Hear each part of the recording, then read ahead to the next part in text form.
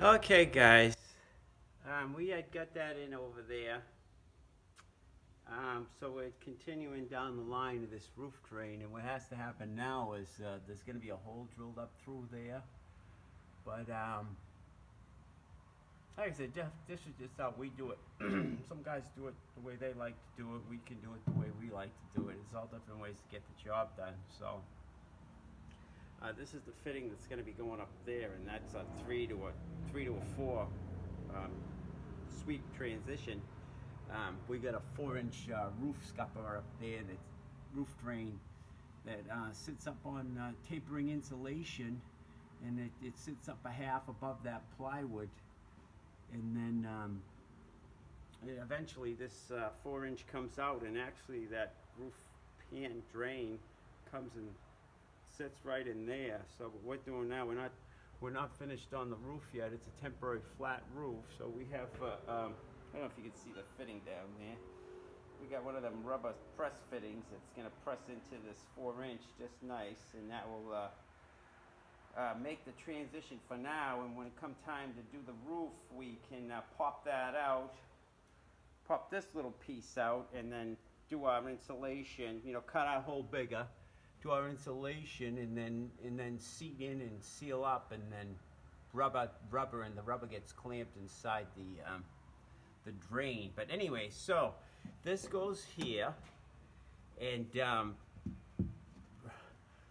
we're gonna do is just tap it in and get it where it belongs, and that way we know for sure that that is where it is, because you know that's kind of a long length, and taking measurements by yourself, the tape flexes, you don't get it in the fitting all the way, and you know somehow you're surprised. So basically we're taking out all the unknowns by doing it this way. So what we do is we got a rubber hammer, and we can just tap it into the line, and then what we'll do is we'll go and scribe exactly where it belongs. So when the time comes to put that fitting in properly, we're right where we want to be.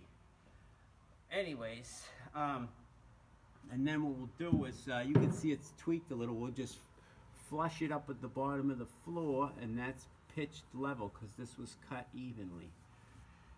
And then the hole won't be bigger than this pipe, but it'll be on the just around the inside edge of the wall thickness, and then we'll go up there and we'll drill this through. We'll go up and put the toilet flange.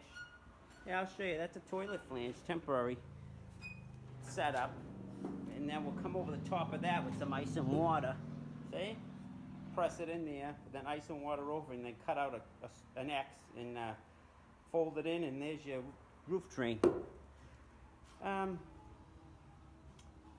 Anyways, I guess that's it. And I can share some of the other plumbing stuff. We've done the branches and all that stuff. We like to cut the PVC with the Sawzall. A blade that has a little bit of width to it and not so flimsy. With the fine metal tooth, actually cuts it nice, and not much fuss. And we can just come along, and we just use a belt sand, a heavy grit sandpaper to come in and just, you know, clean the inside a little bit, and then clean the outside. But that's how that cuts. That's it. You can see the cuts there. We just clean them with the sandpaper. Make sure there's no burrs. And that's it, guys. So just sharing a couple little things in case anyone's trying to do some of this stuff and they're having a little bit of trouble, because those 3-inch things could get tough. Here's our 2-inch standpipe for our washer. And we made our little frame here because, you know, sometimes these body housings, they come with these little flimsy clips, and it's a flimsy deal. So, plus the screws stick out, the drywall, it makes bumps and stuff. So that just gets set in. That's set for a half. And it's a nice little setup. It's got the hammer assist there for the hot and cold water. Got the shock absorbers, and hold on, guys. And trap 2-inch vent up, over, and under the ceiling.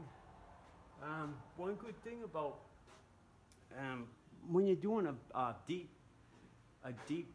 floor joist or roof rafter, and you've got a pretty far span like these span 24 feet. We like to kind of make, you know, back in the day we used to do plumbing walls where you could conceal all your plumbing, 2 walls and then a space, and you can get your plumbing in there. Now, I don't know, people are just so tight for space, they don't allow for the mechanicals, and then plumber comes along and starts cutting up stuff, and then structurally it's not the best thing to do. So, but when we do our stuff, we have these spec'd out for 100 pounds a square foot total load on that roof, because we're gonna have a roof garden, and the soil pretty much weighs a lot when it gets saturated. So the last thing we want to do is be blasting through anywhere on those LVLs. So what we do is we have these things we call plenum spaces, mechanical plenums, that we can conceal all this extra plumbing in these spaces. And I'll show you later a video.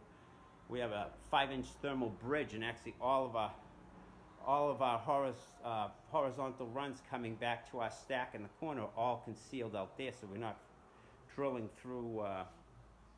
We didn't drill through any joists, any of them. The only thing we had to do was notch for our roof drain in this area. We had 1 notch, but we're going to come back and sister a heavy gauge. I think that's 16 or 16 gauge. And we're gonna make like a crutch around the sides of it. That one we had to hit a little bit. So, but look how much we had to hit out of that. I mean, that's crazy. You're taking half the member's strength away, and then like I said, a 24-foot span. You don't want to be doing it. So. Anyways, these plenum ideas, I'll share with the one more add-on. You can see our drains and vent video. All right, guys, that's it. We'll see you on the next one, and enjoy the weekend.